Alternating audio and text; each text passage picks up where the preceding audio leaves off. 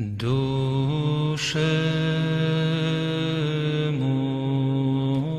Atas nama Bapa dan Putra dan Roh Kudus, amin. Kristus Anesti. Halitos Anesti. Kristus telah bangkit. Benar dia telah bangkit. Selamat berjumpa kembali saudara dengan saya Archimandrit Romo Daniel Biantoro, pendiri dan ketua umum dari Gereja Ortodoks Indonesia. Kita akan melanjutkan acara kita, yaitu menjawab pertanyaan-pertanyaan yang sudah saudara kirim kepada saya. Tapi sebelumnya tolong yang belum untuk subscribe, dan tolong jangan lupa untuk klik itu loncengnya dan klik itu like-nya, serta untuk share video ini kepada teman-teman saudara. Dan kalau saudara ingin mengunjungi parokia kami atau salah satu komunitas ortodoks yang ada di tempat mungkin dekat dengan rumah saudara, alamatnya ada di akhir daripada video ini, dan setiap video kami nanti ada alamat itu. Kami punya program namanya Katekisasi Nasional. Saudara bisa belajar pada katekisasi, tapi saya ingatkan, Katekisasi Nasional hanya diperuntukkan pelajaran mendalam untuk mereka yang memang mau jadi ortodoks. Namanya juga katekisasi. Jadi saudara kalau memang mau jadi ortodoks, belajar lebih lanjut, belajar di sana, dan pengajarnya banyak, bukan hanya saya, banyak yang lain.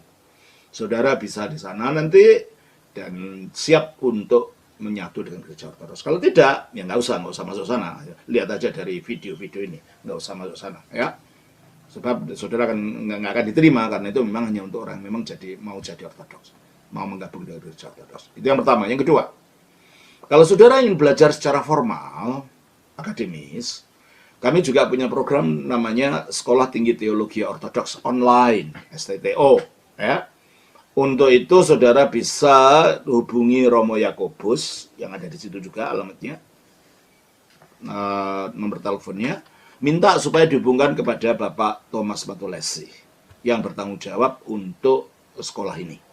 Dan tanyakan mengenai apa saja, tanyakan kepada beliau setelah berhubungan dengan Bapak Thomas untuk mengetahui bagaimana sekolah ini. Nantinya kami sekolah ini akan mengarah kepada gelar, ya. Tapi semua nilai-nilai yang sudah dapatkan ini akan dikumpulkan nanti dikontribusikan kepada gelar yang saudara capai. Oke? Terima kasih. Pertanyaan kali ini masih berasal dari saudara Edwardo dari Manado. Pertanyaannya adalah, hasil konsili Kalsedon menjelaskan tentang Dwinatur Yesus Kristus, di mana dalam rumusan tersebut dikatakan bahwa Yesus memiliki dua kodrat yang tidak terpisah, dua kehendak yang mana kehendak manusianya tidak melebihi kehendak Allahnya. Yang benar bagaimana, Rama? Ada satu kehendak atau tiga kehendak? Baik, saya mungkin perlu koreksi dulu. Konsili Kalsedon tidak mengatakan Dwinatur Yesus, itu ajaran Nestorian itu. Kalau hanya sekedar dua kodrat. Dalam konsili Kalsedon dikatakan Yesus punya satu hipostasis dalam dua kodrat. Bukan pertengahannya bukan pada dua kodrat. Kalau dua kodrat saja itu ajaran Nestorian yang justru ditolak oleh konsili itu. Jadi yang benar adalah Kristus itu memiliki satu pribadi, satu hipostasis, tapi kodratnya dua. Itu diambil dari Kolose 2 ayat 9. Tolong bacakan. Kolose pasal 2 ayat yang 9. Sebab dalam dia, berarti dia itu satu orang, berarti satu pribadi, satu hipostasis. Jadi Yesus itu memiliki satu hipostasis. Dia. Terus? Sebab dalam dialah berdiam secara jasmani. Jasmania itu kodrat manusiawi. Terus? Seluruh kepenuhan kealahan. Nah, seluruh kepenuhan kealahan itu adalah kodrat ilahi. Jadi dalam Yesus itu ada satu pribadi atau satu hipostasis di dalam dua kodrat, atau dua kodrat di dalam satu hipostasis. Jadi bukan Dwinatur, enggak. Itu Nestorianisme itu. Dua kodrat dalam satu pribadi. Tegas ini ya. Satu pribadi yang memiliki dua kodrat. Kodrat aslinya adalah ilahi yang menyatu dengan kodrat hipostasis yang kekal ini, dan kodrat barunya diambil dari kemanusiaan yang diambil dari Bunda Maria, ya. Jadi dengan demikian ada dua kodrat dalam satu pribadi di dalam dua kodrat. Nah, karena itu menyatunya dalam satu pribadi, maka akhirnya ditambahkan dalam konsili Kalsedon itu tidak dapat dipisah-pisah. Dua kodrat ini berbeda tapi tidak dapat dipisah-pisah karena penyatuannya dalam pribadi ini. tidak dapat dibagi-bagi. Ini manusia yang begini, ya ilahnya gini, seperti banyak orang mengatakan, oh waktu Yesus mengatakan Eli Eli sama Sabaktani, itu kealahannya menghilang dari dia, berarti terbagi-bagi. Itu Nestorianisme. Kita tidak percaya itu. Jadi tidak dapat dibagi-bagi, tidak dapat dipisah-pisah, karena keduanya menyatu dalam satu hipostasis ini. Ya. Dan tidak kacau balau. Artinya yang Allah tidak jadi manusia, karena nggak mungkin Allah jadi manusia, hilang kealahannya lalu jadi manusia. Lalu yang manusia berubah jadi Allah, tidak mungkin makhluk bisa jadi Allah. Tidak kacau balau dan tidak campur baur. Bukan kealahannya lalu dengan kemanusiaan itu menjadi satu, seperti sirup dengan air gitu, bukan. Tidak. Kemanusiaannya tetap memiliki sifat-sifat kemanusiaan, keilahiannya tetap memiliki sifat keilahian, tidak dikacaukan satu dengan lain. Maka empat penjelasan dari Konsil Kalsedon harus ditegaskan. Tidak dapat dibagi, tidak dapat dipisah, tidak kacau balau, tidak campur baur. Nah, tidak dapat dibagi dan tidak dapat dipisah ini melawan ajaran Nestorianisme. Tidak kacau balau, tidak campur baur, itu melawan ajaran monofisitisme. Di mana di dalam ajaran monofisit seperti yang diajarkan oleh Eutyches, dikatakan bahwa kemanusiaan Yesus ditelan oleh keilahiannya. Itu menolak ajaran monofisitisme. Jadi harus tegas ya mengenai Konsil Kalsedon, jangan separuh-separuh begini. Duinatur Yesus Kristus, enggak, bukan duinatur. Dua kodrat dalam satu pribadi. Nah, pertanyaannya sekarang. Di mana dalam rumusan tersebut dikatakan bahwa Yesus memiliki dua kodrat yang tidak terpisah. Tidak terpisah dari mana? Karena apa? Karena menyatu dalam satu pribadi. Nah, ini harus tegaskan ini. Kita tidak percaya pada dua kodrat, titik. Kita percaya pada dasarnya pada satu pribadi, satu hipostasis yang memiliki dua kodrat yang tidak dapat dipisahkan. Dua kehendak. Ya, karena dia manusianya manusia total. Yang mana kehendak manusianya tidak melebihi kehendak kalian, bukan tidak melebihi. Kehendak manusianya itu karena dia manusia total, dia tetap ada di situ, bukan lebih atau kurang, bukan itu masalahnya. Yang benar bagaimana, Romo? Ada satu kehendak atau tiga kehendak? Loh, kok tiga kehendak dari mana kok jadi tiga? Tadi kan dibilang dua. Nah, ini saya luruskan pertanyaan dulu supaya saya bisa jawab dengan tegas. Baik, saya jawab. Jadi kalau gitu Konsil Kalsedon itu menegaskan Kristus punya satu hipostasis di dalam dua kodrat di dalam satu hipostasis yang tidak dapat dipisah-pisah, yang tidak dapat dibagi-bagi, yang tidak kacau balau, yang tidak campur baur. Ini harus lengkap ya. Rumusan dari Kalsedon lengkap, jangan dipotong di tengah seperti ini. Nanti jadi keliru pemahamannya. Nah, mengenai satu pribadi dalam dua kodrat sudah kita baca. Dalam mana tadi? Di dalam Kolose 2 ayat 9. Mengenai bahwa dia itu Allah sejati, betul-betul memiliki kodrat Allah sama dengan Sang Bapa. Kita baca di dalam 1 Yohanes pasal 5 ayat 20. Akan tetapi kita tahu bahwa anak Allah telah datang dan telah mengaruniakan pengertian kepada kita, supaya kita mengenali yang benar. Dan kita ada dalam yang benar, di dalam anak-anaknya, Yesus Kristus. Dia adalah Allah yang benar dan hidup yang kekal. Kita ada dalam anaknya, yaitu Yesus Kristus. Dia adalah Allah yang benar, atau Allah sejati. Berarti Yesus itu betul-betul Allah, gitu. Karena itu firman-Nya Allah. Dan itu yang dikatakan dalam Yohanes 1 ayat 1. Pada mulanya adalah firman. Firman itu bersama-sama dengan Allah, dan firman itu adalah Allah. Bukan berarti firman itu Bapa, enggak. Itu banyak keliru orang. Firman itu Allah artinya memiliki kodrat kealahan yang sama yang juga dimiliki Bapa. Itulah yang dikatakan oleh Kolose 2 ayat 9 tadi. Coba kita baca. Sebab dalam Dialah berdiam secara jasmania seluruh kepenuhan kealahan. Nah, coba itu. Perhatikan kata-kata itu. Kealahan. Ya. Jadi itu menunjuk kodrat gitu, menunjuk kodrat. Bukan Allah Bapa, bukan. Itu kealahan. Saya manusia, tapi saya punya kemanusiaan. Beda kan? Nah, kemanusiaan saya dengan orang yang hadir di sini dia sama, satu gitu loh. Itu adalah sifat kemanusiaan. sia-siaan. Dan di dalam Kolose pasal 2 ayat 9 itu yang dibicarakan tentang kealahan. Berarti sifat, berarti hakikat kealahan. Maka dikatakan di dalam bahasa aslinya begini, ya. 2 ayat 9 ya. Oti, karena atau bahwa enafto di dalam dia katiki berdiam, bersemayam. Pan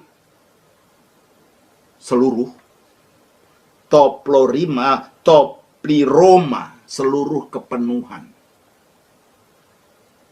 Kepenuhan apa? Pliroma tis theotitos.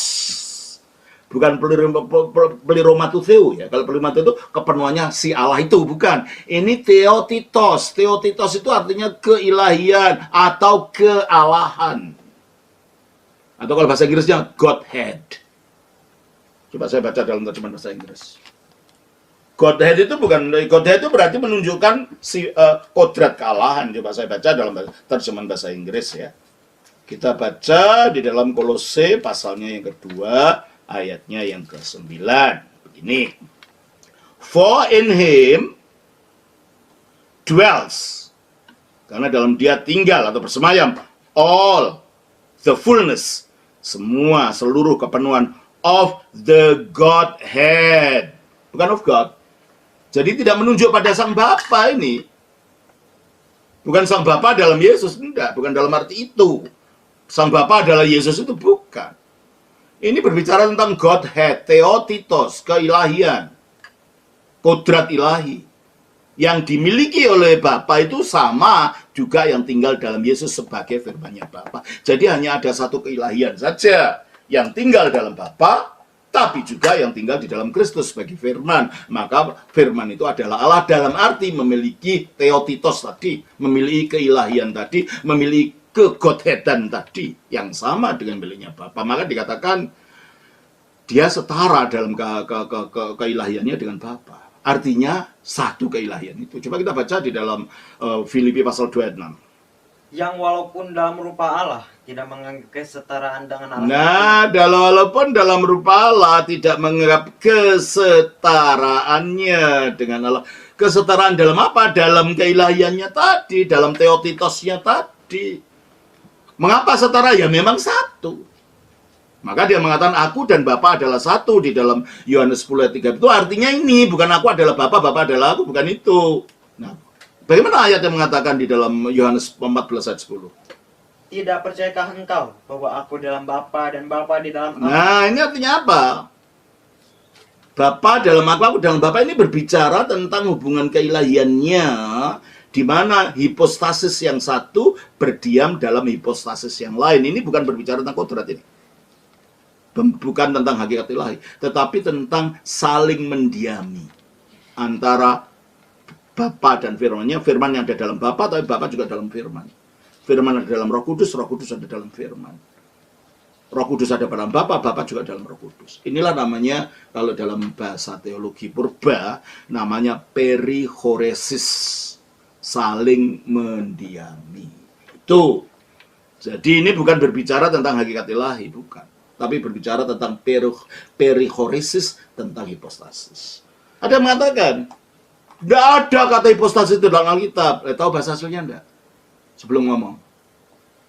Saya tunjukkan bahwa kata hipostasis itu memang dari Alkitab. Coba kita baca dari Ibrani pasal 1 ayat 1. Ayat 3. Ia adalah cahaya kemuliaan Allah dan gambar wujud Allah. Ia adalah cahaya kemuliaan Allah. Maksudnya firman ini. Cahaya kemuliaan Allah. Kalau bahasa Inggrisnya, the splendor of his glory. Apa itu splendor itu kalau bahasa Inggrisnya? Bahasa Indonesia sih. Apa ya? Kegemilangan. Kegemilangan ya. Kegemilangan daripada kemuliaan Allah. Berarti kalau gitu dia memang keluarnya dari Allah. Ya. Coba saya baca dalam bahasa aslinya begini. Os on yang adalah apafgasma tadi, splendor tadi, ya. Apafgasma tis doxis. Jadi splendor atau apa, kegemilangan daripada kemuliaannya. Karakter itu gambar tepat. Jadi kalau kita punya tok, ini punya stempel itu ya. Ini tulisan apa saja di tok ini ya, gambar tepat. Ini ya di sini sama. Yesus adalah karakter dalam arti gambar tepat dari sang Bapa. Dari apa? Karakter tis hypostasios aftu. Gambar tepat dari hipostasisnya. Loh, kalau dia gambarnya hipostasis, apa dia bukan hipostasis? Iyalah. Maka jangan ngomongnya tidak-tidak kalau tidak tahu bahasa aslinya gitu loh. Kata hipostasis itu kata Alkitab, bukan karangan orang pemimpin Kristen zaman itu kata-kata Alkitab.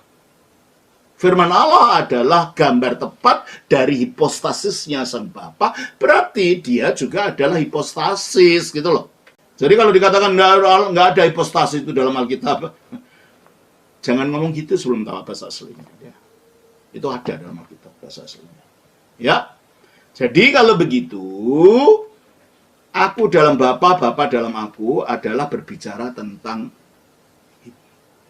perihorisis, saling mendiami antar hipostasis. Sehingga tidak bisa dipisahkan Bapa dan Putra itu karena saling mendiami.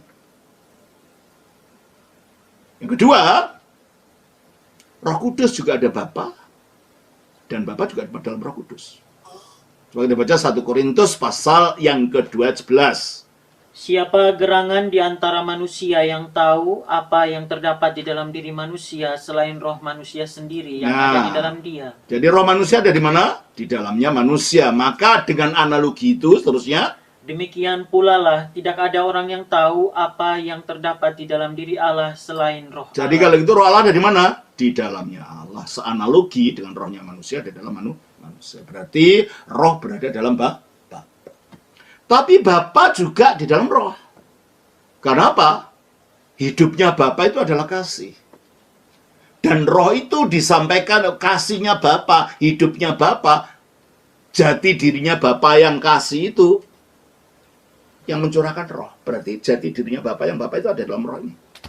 Coba kita baca 1 Yohanes pasal yang ke 4 ayat 8. Barang siapa tidak mengasihi, ia tidak mengenal Allah. Sebab Allah adalah kasih. Nah, sebab Allah adalah kasih.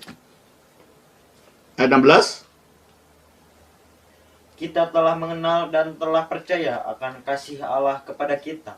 Allah adalah kasih. Allah adalah kasih. Berarti identitas Allah sang Bapa itu adalah kasih. Dan kasihnya Bapa ini dicurahkan oleh Roh Kudus. Roma 5 ayat 5. Dan pengharapan tidak mengecewakan karena kasih Allah telah dicurahkan di dalam hati kita oleh Roh Kudus. Oke. Jadi fungsinya Roh Kudus adalah mencurahkan kasih Allah, mencurahkan jati dirinya Allah ini. Berarti kalau gitu, di samping Roh Kudus ada dalam Bapa, Bapa melalui kasihnya ada di dalam Roh Kudus. Nah, karena roh ini kekal, maka fungsi mencurahkan kasih itu juga kekal. Kita baca dalam Ibrani 9 ayat 14. Betapa lebihnya darah Kristus yang oleh roh yang kekal telah mempersembahkan dirinya sendiri kepada Allah. Oke? Sebagai Oleh roh yang kekal. Berarti roh itu kekal. Jadi kalau gitu fungsinya mencurahkan kasih juga kekal. Jadi sejak kekal Roh Kudus itu ada dalam Bapa, sejak kekal pula Bapa melalui jati diri hidupnya sebagai kasih itu juga kekal di dalam roh. Kalau ada manusia dicurahkan kepada manusia, sebelum ada manusia dicurahkan kepada siapa? Kasih itu. Sebelum ada manusia dicurahkan pada dia yang sejak kekal dikasihi Allah. Siapa itu? Ya firman itu. Yohanes 17 ayat 24. Ya Bapa, aku mau supaya dimanapun aku berada, mereka juga berada bersama-sama dengan aku, mereka yang telah Engkau berikan kepadaku, agar mereka memandang kemuliaanku yang telah Engkau berikan kepadaku, sebab Engkau telah mengasihi aku sebelum dunia dijadikan. Sebelum dunia ada, berarti sejak kekal, Allah Bapa itu mengasihi firman-Nya. Padahal Allah Bapa mencurahkan kasih itu melalui roh. Berarti di dalam roh ini Allah Bapa mencurahkan kasih-Nya kepada firman.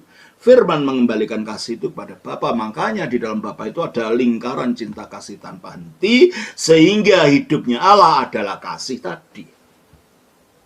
Sehingga Allah itu disebut kasih. Ini ya, jelas ya.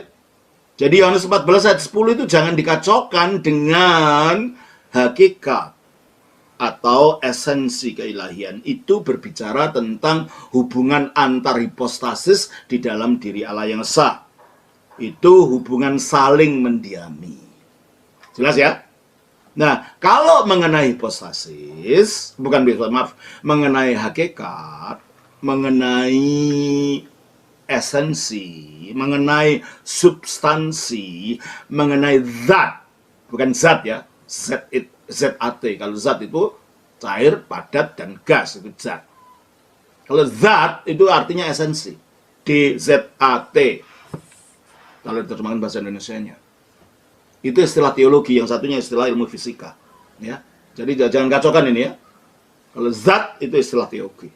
Di dalam esensinya, dalam zatnya, hanya ada satu zat. Zat esensi ilahi yang ada pada Bapa itu juga pada Putra, maka dikatakan setara tadi. Jelas ini ya? Nah, sekarang sudah. Jadi kalau begitu Yesus Kristus sebagai firman itu dalam keadaan aslinya sebagai hipostasis firman, dia itu Allah sejati menurut 1 Yohanes 5 ayat 20 tadi. Ya, juga dijelaskan dalam Yohanes 1 ayat 1 tadi. Pada mulanya adalah firman, firman itu bersama-sama dengan Allah, firman itu adalah Allah. Dan juga dikatakan di dalam Roma 9 ayat 5. Mereka adalah keturunan bapak-bapak leluhur. Maksudnya orang Israel keturunan bapak-bapak, yaitu keturunan Abraham, Ishak, dan Yakub. Terus Yang menurunkan Mesias. maksudnya Kristus. Terus dalam keadaannya sebagai manusia. ya, dalam kemanusiaannya Mesias diturunkan dari bangsa Israel. Terus Yang ada di atas segala sesuatu. Ia adalah Allah. Mesias adalah Allah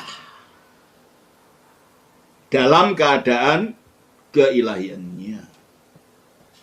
Jadi dengan demikian Mesias itu betul-betul Allah sejati, Allah sempurna.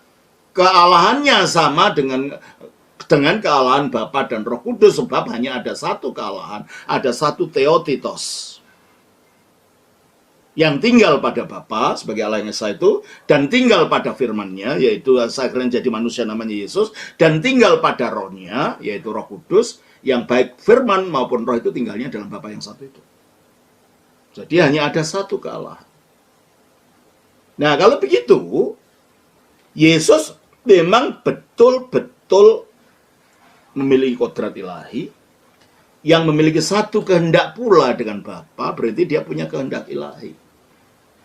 Coba kita baca di dalam Yohanes pasal yang ke-6 ayat 38. Sebab aku telah turun dari sorga, bukan untuk melakukan kehendakku, tetapi untuk melakukan kehendak Nah, berarti semua kehendak yang ada di dalam keilahian Yesus sebagai firman, itu adalah kehendak Bapa. Berarti hanya ada satu kehendak. Kehendak Bapa, juga kehendak firman-Nya. Berarti memang bukan ada dua Allah. Sebab kalau ada dua Allah, kehendaknya beda-beda itu. Hanya satu Allah. Di dalam tiga hipostasis itu di dalam diri satu Allah itu. Makanya kehendaknya satu, hakikat ilahinya juga satu, semua sifat-sifatnya juga satu. Juga kehendak Roh Kudus itu satu dengan kehendak Bapa juga. Kita baca di dalam Yohanes Roma pasal 8 ayat 26. Demikian juga Roh membantu kita dalam kelemahan kita. Sebab kita tidak tahu bagaimana sebenarnya harus berdoa. Tetapi Roh sendiri berdoa untuk kita kepada Allah dan keluhan-keluhan yang tidak terucapkan.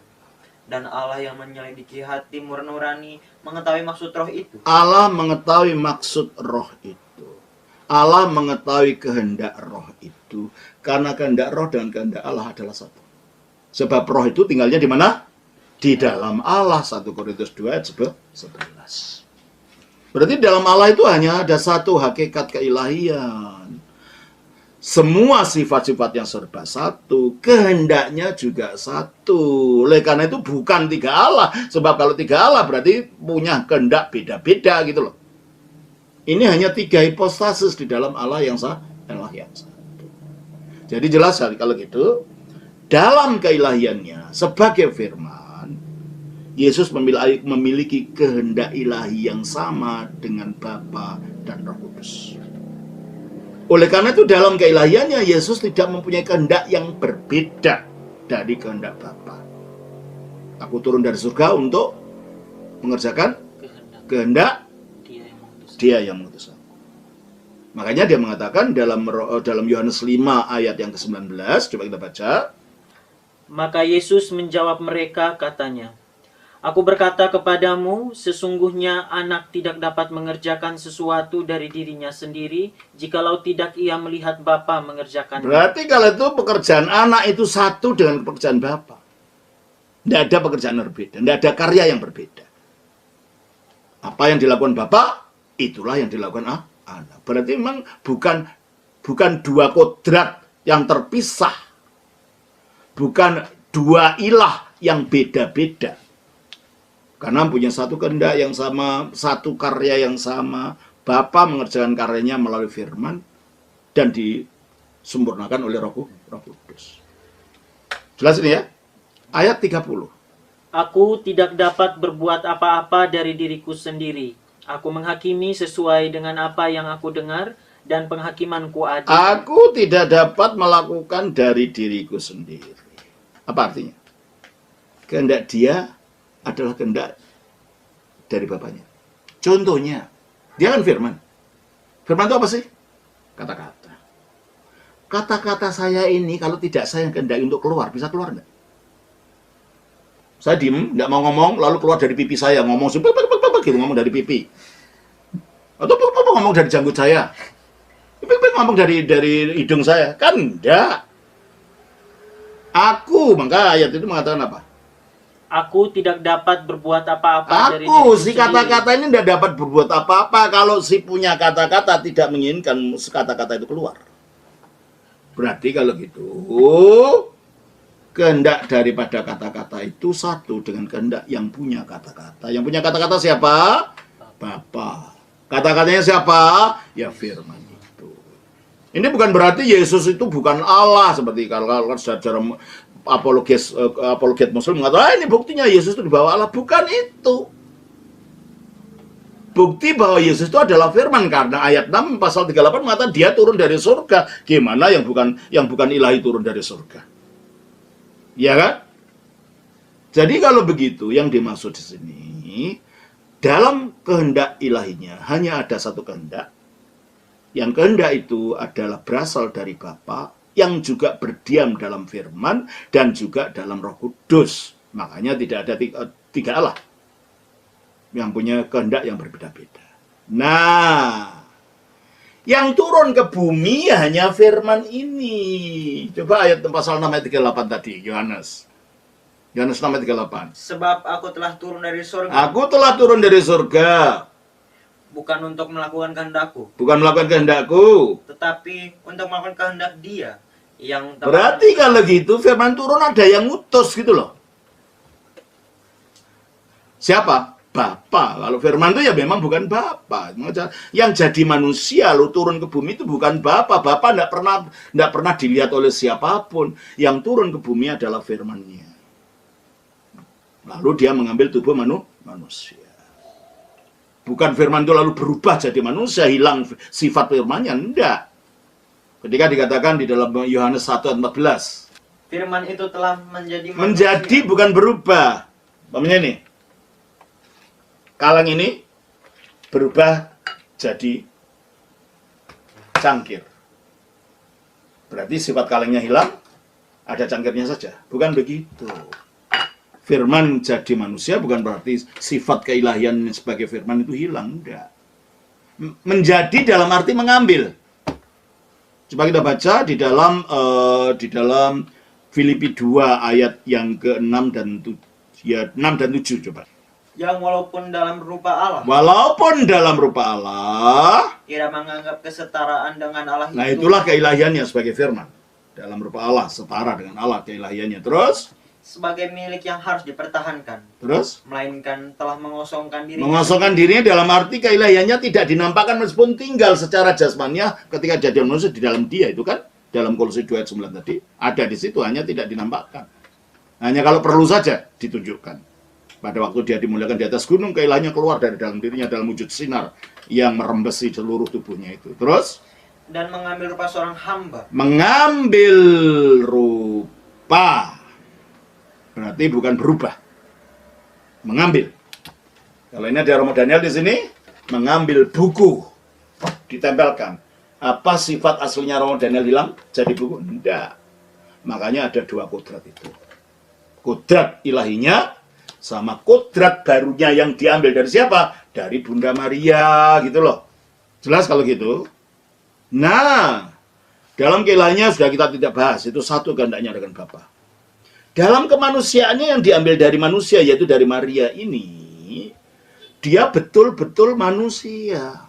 Kita baca Ibrani pasal 2 ayat 14. Karena anak-anak itu adalah anak-anak dari darah dan daging, Maksudnya manusia ini terdiri dari darah dan daging. maka ia juga menjadi sama dengan mereka. Maka firman itu menjadi sama dengan mereka. Artinya firman itu betul-betul mengambil daging, darah yang sama dengan manusia. Terus? Dan mendapat bagian dalam keadaan mereka. Dan mendapat bagian dalam keadaan manusia. Lah kalau manusia itu terdiri dari jiwa, tubuh, jiwa, dan roh, kemanusiaan Yesus pun harus punya itu. Tubuh manusia, jiwa manusia, dan roh manusia, serta kehendak manusia. Nggak ada kemanusiaannya yang kurang. Umpamanya kehendak manusianya tidak ada, itu kurang kemanusiaannya, tidak lengkap. Roh manusianya tidak ada, ya kurang, itu bukan manusia yang lengkap. Yang oleh karena itu juga Apollinaris, kalau saya tidak salah, yang mengatakan pada abad keberapa, mengatakan apa yang belum diambil itu belum disembuhkan. Kalau dalam inkarnasi itu Yesus tidak punya kehendak, berarti kehendaknya belum diambil dari kemanusiaan itu. Maka kehendak itu tidak disembuhkan, kehendak itu tidak diselamatkan, berarti keselamatannya tidak sempurna. Makanya Yesus harus memiliki kodrat kemanusiaan yang sempurna persis seperti kita. Dengan tubuh manusia, jiwa manusia, roh manusia, kehendak manusia, pikiran manusia, emosi manusia, ya, harus memiliki itu. Kita baca juga di dalam ayat 17 dari pasal yang sama. Itulah sebabnya, maka dalam segala hal, Dalam segala hal. Nah, segala hal itu apa? Ya tubuh, jiwa, roh, emosi, pikiran, kehendak, perasaan. Itu kan segala hal. Dalam segala hal, apa katanya? ia harus disamakan dengan saudara-saudaranya. Ia harus disamakan dengan saudara-saudaranya, yaitu manusia. Berarti kalau begitu, keilahian Kristus itu sempurna karena itu satu dengan Bapa dan Roh. Setara tadi kan? Dan di dalam dia berdiam secara jasmaniah seluruh kepenuhan kealahan. Tapi kemanusiaannya juga sempurna. Karena dalam segala hal, dia harus disamakan dengan saudara-saudaranya. Dengan demikian, kalau Yesus itu manusia sempurna, harus mempunyai kehendak manusia. Oleh karena itu, dalam Yesus tidak mungkin ada satu kehendak. Nah, itu pernah ada bidat namanya monotelitisme. Mono artinya satu-satunya, telitisme berasal dari kata telima. Telima itu kehendak. Kehendak yang satu ditolak oleh gereja pada konsili yang ke-6 tahun 680 sampai 681. Sebab kalau Yesus tidak punya kehendak manusia, berarti kesempurnaan kemanusiaannya tidak lengkap. Dia harus sempurna lengkap kemanusiaannya dengan memiliki kehendak manusia. Berarti kalau gitu, dan kalau mengatakan Yesus hanya punya kehendak ilahi, kehendak manusianya hilang, itu adalah monofisitisme yang tersembunyi. Di mana dalam ajaran monofisitisme seperti yang diajarkan oleh Eutyches, dikatakan kemanusiaan Yesus ditelan oleh keilahiannya karena keilahiannya lebih berkuasa. Sehingga satu-satunya kodrat monofisis yang ada dalam Yesus adalah kodrat ilahi saja. Nah, kalau di dalam Yesus itu tidak ada kehendak manusia, yang ada hanya kehendak ilahi, ya ini kalau bukan monofisitisme penuh, tetapi sudah semi monofisitisme.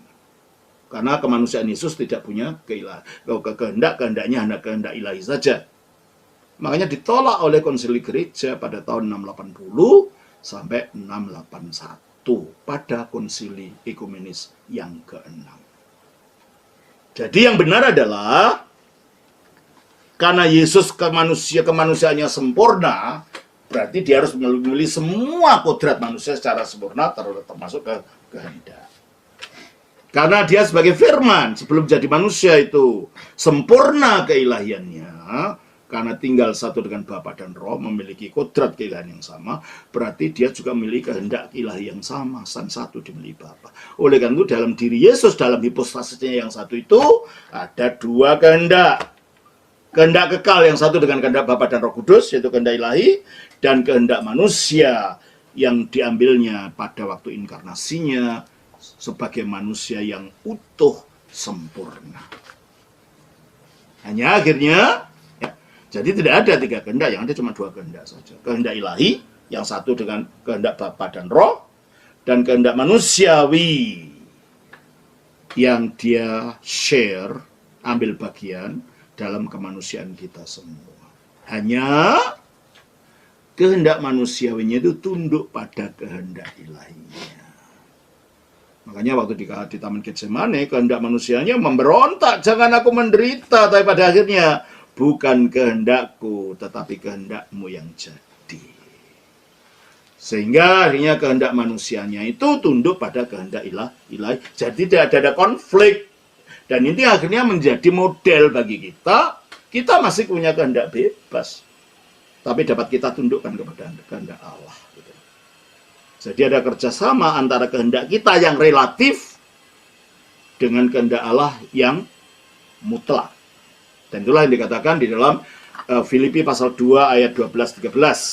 Hai saudara-saudaraku yang kekasih, kamu senantiasa taat. Karena itu tetaplah kerjakan keselamatanmu. Tetaplah kerjakan keselamatanmu. Jadi kalau mengerjakan, kehendaknya siapa itu untuk mengerjakan?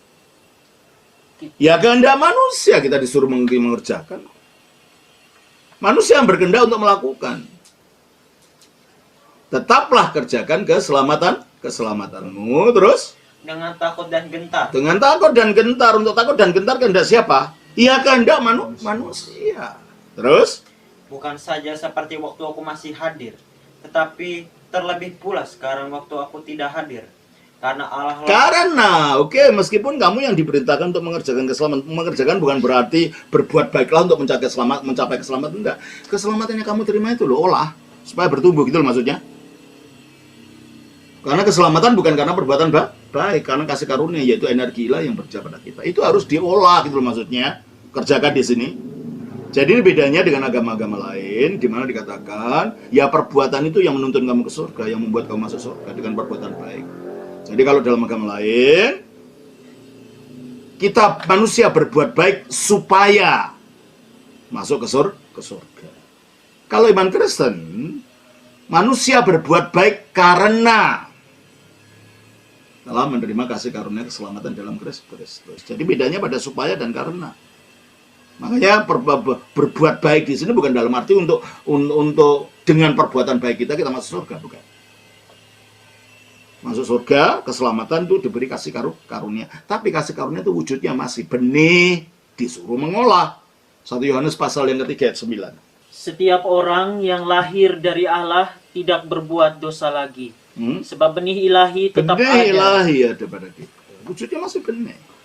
Benih perlu diolah nggak? Ya perlu, makanya kerjakan itu benih itu. Olah maksudnya. Jadi perbuatan baik itu sendiri bukan yang membawa kita keselamatan, enggak. Benih ilahi tadi loh. Kasih karunia tadi loh. Tetapi harus ada kehendak manusia untuk mau mengolah itu. Nah, meskipun manusia yang diperintahkan untuk mengolah, ayat 13, karena Allah lah yang mengerjakan di dalam kamu, baik kemauan maupun ternyata biarpun manusia yang diperintahkan, ternyata yang bekerja baik kemauan atau kehendak ya, maupun perbuatan itu Allah, gitu loh. Allah yang bekerja. Jelas ini ya. Jadi kalau begitu, sebagaimana dalam Kristus kemanusiaannya tunduk pada keilahiannya, di dalam kita, kehendak kita harus tunduk kepada Allah, sebab pada akhir nanti Allah yang akan bekerja melalui kehendak kita untuk mencapai apa yang kita tuju, mendapatkan kesucian. Sehingga dengan demikian berbeda dengan ajaran Calvinisme yang seolah-olah manusia tidak punya bagian apapun karena manusia sudah bejat total, hanya ada mono energi, energinya Allah saja. Itu monofisitisme itu. Kita berbicara tentang sinergi. Kita membuat langkah awal oleh rahmat Allah, akhirnya Allah yang bekerja untuk membantu kita melanjutkan mengolah ini, gitu ya. Jadi kita tidak dalam ajaran ortodoks dan dalam Alkitab manusia tidak sama sekali kehilangan kehendak bebas. Contohnya, modelnya adalah Yesus. Karena Yesus kemanusiaannya tidak kehilangan kehendak, tapi kehendaknya tunduk kepada kehendak ilahi, sebagaimana yang dinyatakan dalam konsili ke-6, konsili ekumenis ke-6, tahun 680 sampai 681. Jelas ini ya? Oleh karena itu, kita percaya Yesus punya dua kehendak yang tidak sejajar gitu loh. Kehendak Allah memang pada akhirnya yang lebih dominan. Tapi kehendak manusia harus tunduk pada kehendak Allah untuk dituntun oleh kuasa Allah yang bekerja di dalam kita. Jelas nih ya? Ya, saya kira itu jawaban saya. Jadi kalau saya ulang kembali pertanyaannya, hasil konsili Kalsedon menjelaskan tentang dwi natur Yesus Kristus. Koreksi ini. Hasil konsili Kalsedon menjelaskan monohipostasis dan theophysios.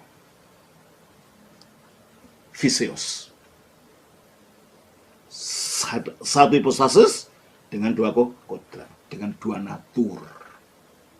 Ini jangan dihilangkan ya, monohipostasis. Nanti kalau hanya dwi natur saja kita jadi Nestorian. Justru yang ditolak oleh ajaran Kalsedon, gitu ya. Di mana dalam rumusan tersebut dikatakan bahwa Yesus memiliki dua kodrat yang tidak terpisah. Ya, tidak terpisah karena punya satu hipostasis ini. Dua kodrat itu menyatu dalam satu hipostasis. Ya. Dua kehendak yang mana? Kehendak manusianya tidak melebihi kehendak Allahnya. Ya, tentulah kehendak Allahnya itu lebih dominan. Tetapi tidak berarti kehendak manusianya hilang. Dan kehendak manusianya ini yang tunduk pada kehendak keilahiannya. Yang benar bagaimana yang Romo? Ya, yang sudah saya jelaskan tadi. Ada satu kehendak atau tiga kehendak? Tidak ada tiga kehendak. Ada dua kehendak. Yang satu kehendak ilahi yang kekal, yang satu bersama dengan hipostasi firman sebelum jadi manusia. Yang satu kehendak manusia yang diambil dari inkarnasinya. Dengan kehendak manusia ini tunduk kepada kehendak ilahinya. Jelas ya? Saya kira itulah yang bisa saya terangkan. Tuhan berkati. Shalom. Selamat Bapa, Putra, Roh Kudus. Amin.